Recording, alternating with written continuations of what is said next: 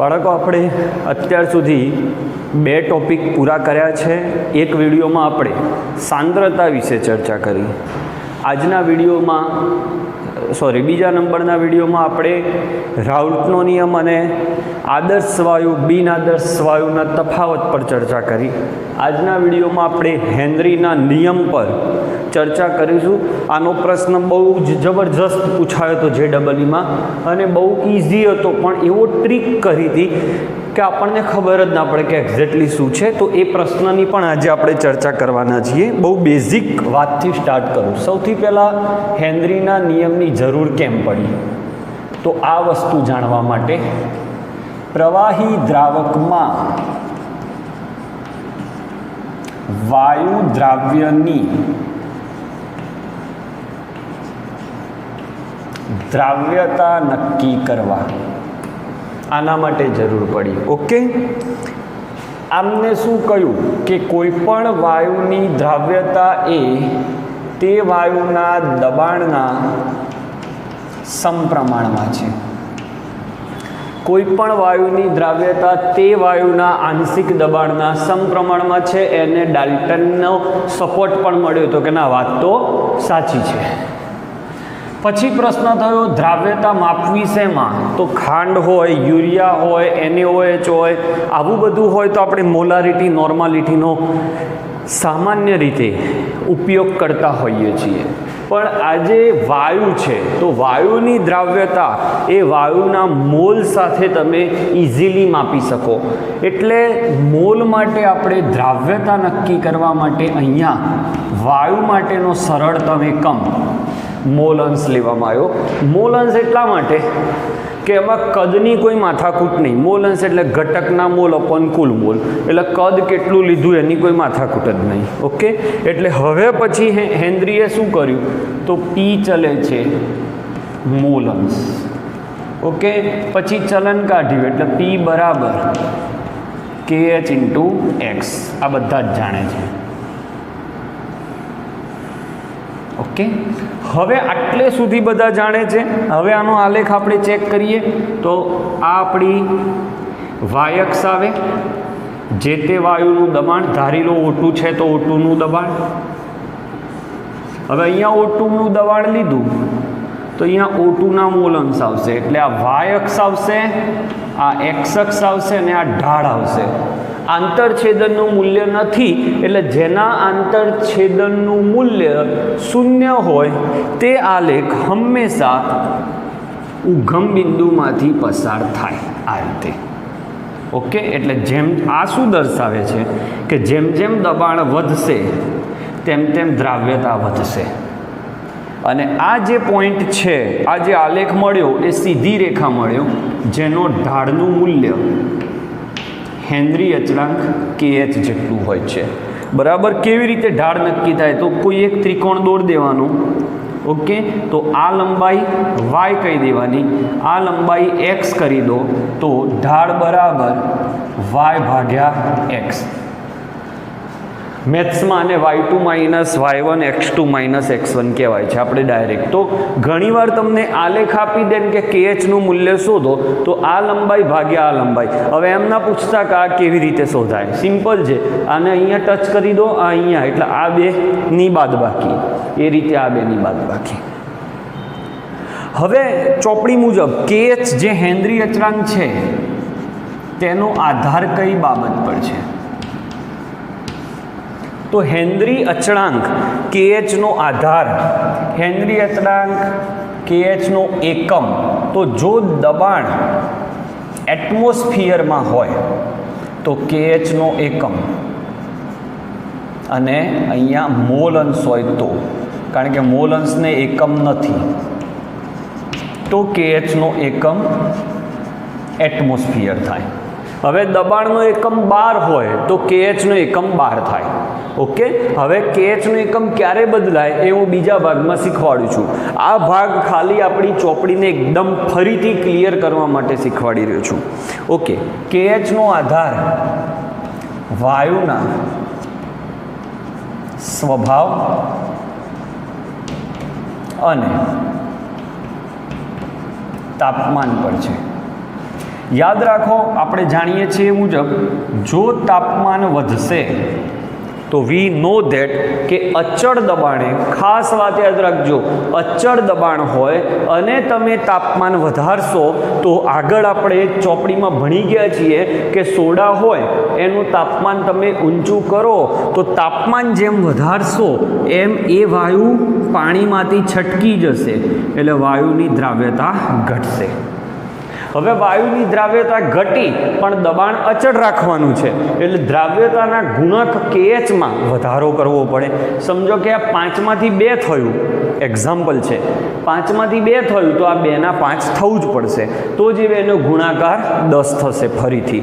એટલે અચળ દબાણ હોય ત્યારે તાપમાન વધારો તો દ્રાવ્યતા ઘટશે અને દ્રાવ્યતા ઘટશે તો પાછો KH વધશે. Got it? બીજું કે જો અચળ દબાણે તાપમાન ઘટાડવામાં આવે તો દ્રાવ્યતા વધશે, ઠંડા પાણીમાં વાયુ વધારે ઓગળે. હવે આ વધી ગયો એટલે અલ્ટિમેટલી KH ઘટી જાય. ઓકે, ઉપયોગો તમે પાઠ્યપુસ્તકમાંથી વાંચી લેજો. તો આ થયું તમારું હેનરીના નિયમની થીસીસ કે આટલું તમારા મગજમાં એકદમ ક્લિયર હોવું જોઈએ. હવે આને ટ્રિકી કેવી રીતે બનાવી શકે?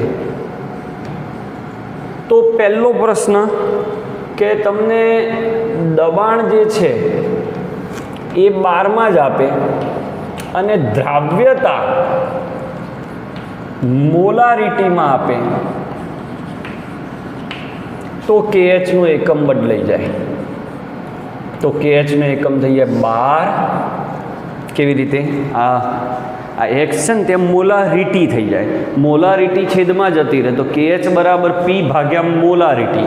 તો P નો એકમ 12 લઈ લઈએ અને મોલારિટી ઉપર તો મોલારિટી ઇન્વર્સ અથવા 12 મોલ પ્રતિ લિટર ઇન્વર્સ અને આખાનો ઇન્વર્સ તો 12 mall inverse into litre.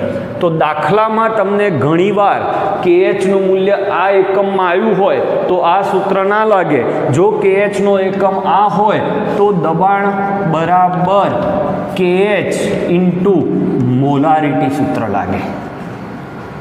Okay, વ્યવહારિક વસ્તુ આ છે પણ ટ્રીક કરે, થોડો ટ્વિસ્ટ કરે પ્રશ્નને તો એ આ રીતે પૂછાય. તો પહેલી ટ્રીકી વસ્તુ આ થઈ. બીજું તમને પ્રશ્નમાં એમ પૂછે નીચેનામાંથી ક્યારે KH નું મૂલ્ય વધારે હશે અને નીચે 4 તાપમાન આપ્યા હોય તો એ 4 તાપમાનની અંદર આપણે જોયું એમ તાપમાન વધારે હશે તો KH ઓછો હશે, આ રીતે પૂછાય. પછી તાપમાન ઓછું હશે તો KH વધારે હશે. હવે જે JEE-માં પ્રશ્ન પૂછાયો હતો એ આલેખ આધારિત પ્રશ્ન હતો. ઓકે, તો એમને શું કર્યું હતું એ પ્રશ્ન તમને સમજાવી દઉં. એમને અહીંયા આવું કર્યું હતું KH ઇન્ટુ XH2O. ઓકે, અને અહીંયા આ રીતે હતું P બરાબર આ રીતે. તો આ પોઈન્ટ કેવી રીતે આવ્યો, આ સૂત્ર ક્યાંથી આવ્યું તો જરા સમજવા જેવો પોઈન્ટ છે. આપણી પાસે આ સૂત્ર છે P બરાબર KH ઇન્ટુ X. પણ આ X જે છે ધ્યાનથી સાંભળજો, આ જે X છે આ X દ્રાવ્યનો છે અને એ લોકોએ જે આલેખ દોરીને આપ્યો હતો એ પાણી માટે આપ્યો હતો. તો પછી મારે શું કરવું પડે? આવી ટ્રીક એમને વાપરી હતી. તો પછી મારે શું કરવું પડે કે X દ્રાવ્ય બરાબર 1 - X H2O. કેમ? કારણ તમને ખબર છે કે X દ્રાવ્ય પ્લસ X દ્રાવક બરાબર 1. ઓકે, તો X દ્રાવ્યની જગ્યાએ 1 - X H2O મૂકી દીધા.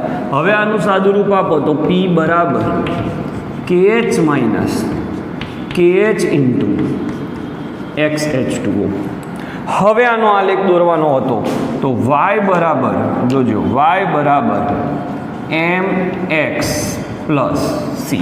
તો ઢાળનું મૂલ્ય અને આંતરછેદનનું મૂલ્ય સેમ થતું હતું પણ ઢાળનું મૂલ્ય નેગેટિવ હતું. ઓકે, તો આલેખ કંઈક આવી રીતે આવતો હતો.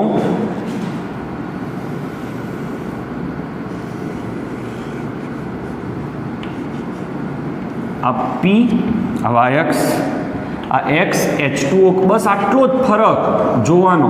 અહીંયા XO2 છે અને એટલે કે દ્રાવ્ય છે અને અહીંયા લઈ લીધો તો દ્રાવક. ઓકે, હવે ઢાળ કેવો આવ્યો? માઇનસ. આ લેખામાં આવ્યો એટલે આ ઢાળનું મૂલ્ય પણ માઇનસ KH હતું. ઓકે, અને આંતરછેદનનું મૂલ્ય KH જેટલું હતું. બહુ જ જોરદાર MCQ આ પૂછાયો હતો. તો હેનરીના નિયમમાં આટલી ચર્ચા ખૂબ જ અગત્યની હતી આ પાઠ્યપુસ્તક આધારે, અને આમાં બહુ જ જબરજસ્ત કોન્સેપ્ટ. હવે આપણે આના MCQ શીખવા જઈ રહ્યા છીએ. હવે આપણે હેનરીના નિયમના જે કોન્સેપ્ટ શીખ્યા એના આધારે કેટલાક MCQ શીખીએ. કેટલાક આમાંથી શીખવાડજો, આ પેજ તમારી પાસે છે, અને કેટલાક મારા મગજમાં જેમ જેમ આવે છે એમ શીખવાડતો જઉં છું. પહેલો સાદો MCQ લઈએ, આનો નહીં, જાતે. નીચેનામાંથી કયા તાપમાને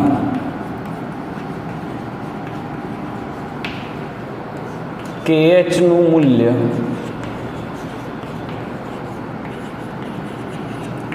વધુ હશે? સમાન વાયુ માટે, એક જ પ્રકારના વાયુ માટે. અલગ અલગ વાયુ માટે અલગ હોઈ શકે. 283 કેલ્વિન, 293 કેલ્વિન, 303 કેલ્વિન, 310 કેલ્વિન. તો હમણાં જ ભણ્યા કે જો ટેમ્પરેચર તમે વધારશો તો ઓગળેલો વાયુ નીકળી જશે. ઓગળેલો વાયુ નીકળશે તો એને સાચવવા માટે KH વધારવો પડશે. તો કયા તાપમાને KHનું મૂલ્ય સૌથી વધારે હશે? તો જ્યારે તાપમાન વધુ હશે ત્યારે KHનું મૂલ્ય વધુ હશે. તો શેમાં ઓપ્શન જવાબ આવશે? D. ઓકે, તો પહેલા પ્રશ્નનો જવાબ તમારી પાસે આવી ગયો. ચલો બીજું, આલેખ પરથી KHનું મૂલ્ય શોધો. જો દબાણ એક વાતાવરણ હોય ત્યારે દ્રાવકના મોલ અંશ ગણો. ઓકે, આ પણ આનો નથી, એકાએક મગજમાં આવ્યો એટલે શીખવાડી રહ્યો છું. તો આલેખ પરથી તો પહેલાં મારે એક આલેખ દોરવો પડશે.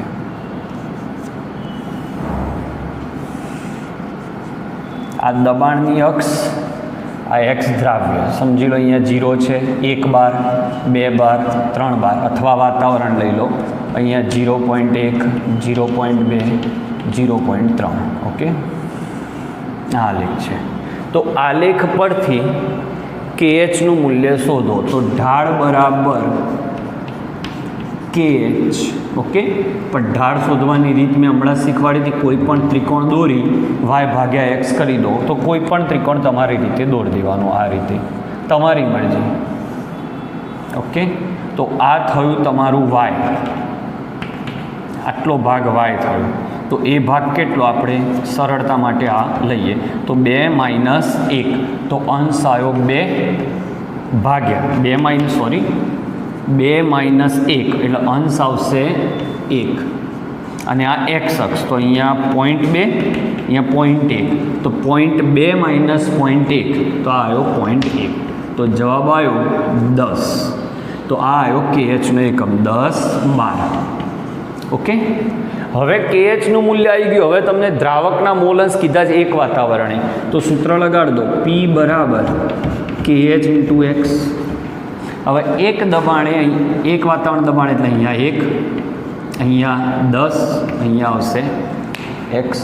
તો X બરાબર 0.1 આવ્યા. આ કોના આવ્યા? દ્રાવ્યના. તો દ્રાવક તો 1 - X દ્રાવ્ય થાય. ઓકે, કારણ કે દ્રાવ્યના મોલ અંશ તો 1 - 0.1. ઓકે, એટલે 0.9. આ તમારો જવાબ આવશે. ઓકે, આલેખ ઉપરથી પણ તમને મળી શકે. તો 2 અગત્યના MCQ આલેખ આધારિત પણ આપણે શીખી લીધા. હવે બીજા MCQ જોઈશું. એક નવો પ્રશ્ન, એ પણ આપણા પેમ્પલેટમાં નથી.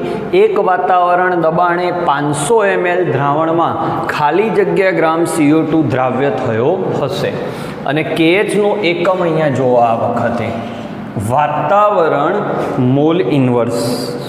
મોલારિટી ઇન્વર્સ, એટલે અહીંયા સૂત્ર બદલાઈ જશે. P બરાબર KH ઇન્ટુ X જે આવતું હતું એ Xની જગ્યાએ અહીંયા મોલારિટી આવશે. ઓકે, તો દબાણ કેટલું આપ્યું? 1. KH કેટલો આપ્યો? 1.2 ગુણ્યા 10⁻1. મોલારિટી શું આવશે? 1000 ગુણ્યા W2 અપોન M2. તો CO2નું આણ્વીય દળ 44 ગુણ્યા વિમલ. કેટલી વિમલ છે અહીંયા? 500. તો અહીંયા મૂક્યા 500. આને તમે સોલ્વ કરી દેશો એટલે તમને W2 મળી જશે. ઓકે, ચલો આગળ વધીએ. ચલો બાળકો, પેમ્પલેટના MCQ કરીએ. પહેલો MCQ જાતે કરવાનો છે, સ્વાધ્યાય આધારિત છે. બીજો પ્રશ્ન તમારી જોડે હોય તો જોજો, નહીં તો હું આખો બોલું છું. એક વાતાવરણ દબાણે 900 ગ્રામ પાણીમાં વાયુના 0.003 મોલ ઓગળે છે એક વાતાવરણ દબાણે, અને 2 વાતાવરણ દબાણે 0.006 મોલ ઓગળે છે. તો આ કયો નિયમનું પાલન કર્યું કહેવાય? તો દબાણ વધારવાથી દ્રાવ્યતા વધી છે, એટલે આ હેનરીના નિયમનું પાલન થયું કહેવાય. ઓકે, બહુ જ ઇઝી પ્રશ્ન.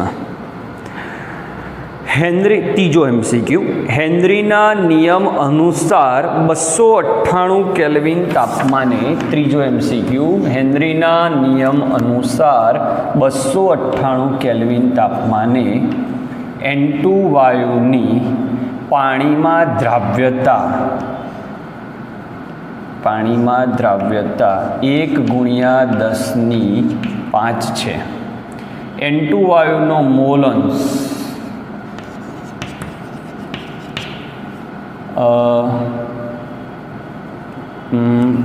કેટલો આપ્યો છે? 0.8 છે. તો 5 વાતાવરણ દબાણે 10 મોલ પાણીમાં N2 વાયુના કેટલા મોલ ઓગળ્યા હશે? કયા દબાણે? તો 5 વાતાવરણ દબાણે 10 મોલ પાણીમાં N2ના કેટલા મોલ ઓગળ્યા હશે? ઓકે, તો આની અંદર તમારે દબાણ આપ્યું છે, અહીંયા દ્રાવ્યતા આપી છે, અને મોલન્સ આજે આપ્યું 10⁵. અહીંયા ભૂલ લાગે છે પ્રશ્નમાં. 10⁵ આ દબાણ હશે પાસ્કલમાં, તો આને આપણે એક વાતાવરણ કહી શકીએ. તો આ તમને શરૂઆતનું દબાણ આપ્યું છે અને આ શરૂઆતના મોલન્સ આપ્યા છે. ઓકે, N2 વાયુના મોલન્સ આપ્યા છે હવામાં 0.8 હવામાં છે. ઓકે, તો કેવી રીતે આ સોલ્વ કરાશે પ્રશ્ન? તો P અને X ઉપરથી તમને KH મળી જાય, અને એ KHને આમાં મૂકી દો એટલે N(N2) મળી જશે. બરાબર, તો હવાના મોલન્સ 0.8 આપ્યા છે, તો પહેલાં મારે કરવું પડશે P(N2) બરાબર, જોજો, P(N2) બરાબર હવામાં શબ્દ છે એટલે ડાલ્ટનનો નિયમ લાગે. તો ઘટકનું દબાણ બરાબર તે ઘટકના મોલન્સ ગુણ્યા કુલ દબાણ. ઓકે, તો તે ઘટકના મોલન્સ હવામાં કેટલા આપ્યા છે? 0.8. કુલ દબાણ હવાનું કેટલું હોય આપણે જાણીએ છીએ, એક વાતાવરણ. ઓકે, તો જવાબ આવ્યો 0.8 વાતાવરણ. ઓકે, આ જે આવ્યો એ P(N2)ના દબાણ આવ્યા. હવે પ્રશ્ન કયો છે કે 5 વાતાવરણ દબાણે 10 મોલ પાણીમાં N2ના કેટલા મોલ ઓગળશે? તો P(N2) આવી ગયો. તો P(N2) બરાબર KH ઇન્ટુ X(N2). ઓકે, તો X(N2) અને P(N2)ની મદદથી આપણે અહીંયા KH મેળવવાનું રહેશે. અને એ જે KH આપણે મેળવીએ એ KH પછી પાછો આ સૂત્રમાં મૂકવો પડશે. ઓકે, તો આ સૂત્રની અંદર તમે મૂકો, N પાણીના આપ્યા છે, N2ના મોલ મળી જશે. ક્લિયર? સોલ્વ કરી લેજો આ જાતે. ચલો મિત્રો, ચોથો MCQ આપણી બુકનો. ત્રીજા MCQની રકમમાં ભૂલ લાગે છે એટલે હું તમને ગણીને ફરીથી મોકલીશ. ચોથો MCQ, હવામાં શબ્દ છે, હવામાં O2 અને N2 વાયુનો ગુણોત્તર, હવામાં શબ્દ છે, હવામાં, દ્રાવણમાં નહીં, વાયુના મોલનો ગુણોત્તર 1:4 છે ઓરડાના તાપમાને અને વાતાવરણ દબાણે. ઓકે, વાતાવરણ શબ્દ વાપર્યો એટલે P બરાબર જાતે 1 એટમોસ્ફિયર કે 760 ટોર લઈ શકાય. બરાબર, કારણ કે દાખલો આગળ જતા ટોરમાં છે. તો મોલન્સના આધારે દ્રાવ્યતાનો ગુણોત્તર શોધો.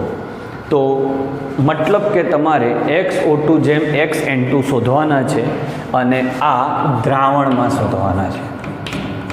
તો સૌથી પહેલાં આપણે દ્રાવણમાં લાગતું સૂત્ર જુદું છે અને હવામાં લાગતું સૂત્ર જુદું છે. આ ક્લિયર રાખો. હવામાં ડાલ્ટનનો નિયમ લાગશે કે ઘટકનું દબાણ બરાબર તે ઘટકના મોલન્સ ગુણ્યા કુલ દબાણ. કુલ દબાણ એટલે વાતાવરણનું દબાણ. 1 મૂક્યું, ઘટકના મોલન્સ તો ઘટકના મોલ 1, કુલ મોલ 4 ને 1 5, 0.2. એ રીતે ઘટકના મોલન્સ ગુણ્યા કુલ દબાણ, તો ઘટકના મોલ N2 માટે 4 ભાગ્યા 5, 0.8. હવે તમને PO2 અને PN2 હવામાં મળી ગયા. હવે આના માટે દ્રાવણમાં સૂત્ર લગાડવાનું. તો દ્રાવણમાં હેનરીનું સૂત્ર લાગશે. કયું સૂત્ર લાગશે? P બરાબર KH × X. હવે આ કિંમતો લગાડો તો બંનેનો ગુણોત્તર લઈ લીધો મેં. ઓકે, P ઓફ O2 અહીંયાથી લીધા 0.2, P ઓફ N2 અહીંયાથી લીધા, KH ઓફ O2 એટલે O2નો KH આપેલો છે, N2નો KH આપેલો છે, બંનેનો ભાગાકાર કરી દીધો તો XO2 upon XN2 મળી જશે.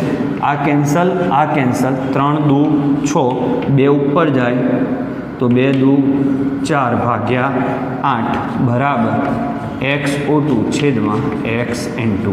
તો આ 2 ઉડી ગયા એટલે જવાબ આવશે 1/2, એટલે 1/2. તો હવે છેલ્લો પ્રશ્ન જે તમારે સેલ્ફ કરવાનો છે, ના આવડે તો હું શીખવાડીશ. આ જ રીતનો પ્રશ્ન છે, સેમ આના જેવો જ પ્રશ્ન છે. ઓકે, તો આ સાથે હેનરીના નિયમના દાખલા અને એના સૂત્રો, એની થિયરી આપણે અહીંયા પૂરી કરી. ખાસ આલેખવાળા પ્રશ્નોમાં ધ્યાન રાખજો. ઓકે, પૂરું.